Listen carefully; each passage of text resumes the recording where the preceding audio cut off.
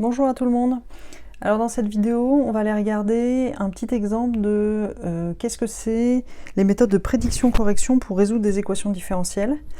Et donc je vais vous expliquer de manière la plus simple possible de quoi il s'agit.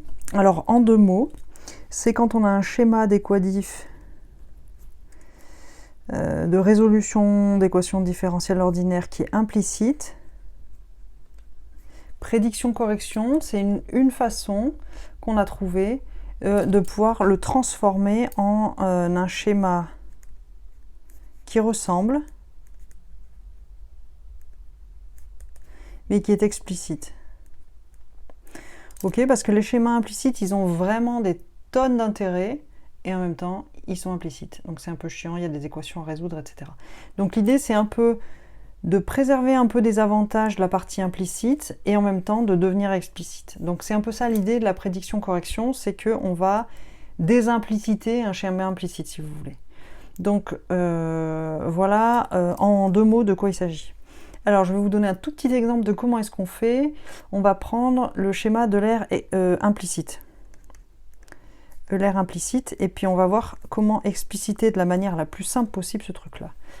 Donc le schéma de l'aire implicite, donc il y a, je vous laisse regarder les vidéos de l'aire explicite et de l'aire implicite pour poser un peu les notations, mais je vous rappelle qu'on résout y' égale f de t, y de t, et qu'on a une subdivision t0, t1, tn jusqu'à temps final, où tn égale t0 plus nh, h égale tf moins t0 sur grand N, le nombre de points.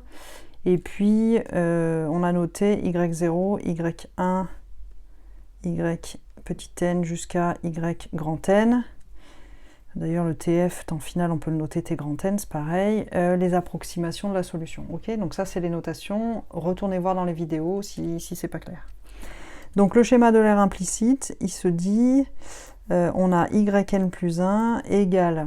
Alors, c'est pas un schéma, justement, c'est ça le problème, c'est que c'est implicite, yn plus h, f de tn plus 1, yn plus 1. Voilà, donc si vous vous souvenez de la vidéo de l'aire implicite, cette égalité, ce n'est pas une affectation, c'est une équation, donc il faut la résoudre, et voilà, bah, c'est galère, quoi. C'est le principe des méthodes implicites. À la fois c'est super, à la fois c'est galère. Donc l'idée c'est que on n'a pas envie de faire ce truc-là, on n'a pas envie de se taper la résolution. Donc on va expliciter ce truc. Alors comment est-ce qu'on explicite? Eh ben, qu'est-ce qui nous embête là-dedans? C'est ce morceau-là. Parce que quand on a envie de faire si on voulait vraiment faire une affectation, il faudrait qu'on ait la valeur ici, mais on l'a pas parce qu'elle est dans l'équation, blablabla. Donc ce qu'on va faire, c'est qu'on va remplacer ce truc-là par une approximation. Et donc ça va être ça la prédiction-correction.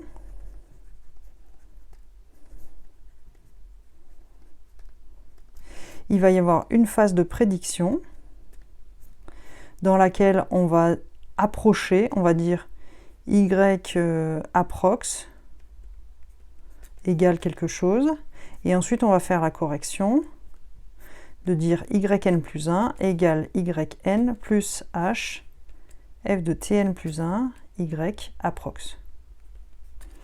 C'est ça l'idée. Je vais essayer de trouver une bonne approximation de yn plus 1 dans un premier temps, et une fois que je l'aurai, bah, je l'utiliserai pour calculer yn plus 1. Ok? Et donc, comment faire une première approximation? Ben, la plus simple possible, à ce stade-là, c'est de faire un petit coup de l'aire explicite, parce que l'aire explicite, ça mange pas de pain, on peut le faire. Donc, on peut dire l'approximation de yn plus 1, bah, c'est la formule de l'aire explicite, yn plus h, f de tn yn. Ça me fait une approximation assez raisonnable d'yn plus 1. L'aire explicite, c'est pas si catastrophique. Ça me fait une bonne approximation d'yn plus 1. Cette bonne approximation, je la mets ici. Et donc, du coup, j'ai yn plus 1 égale yn plus machin.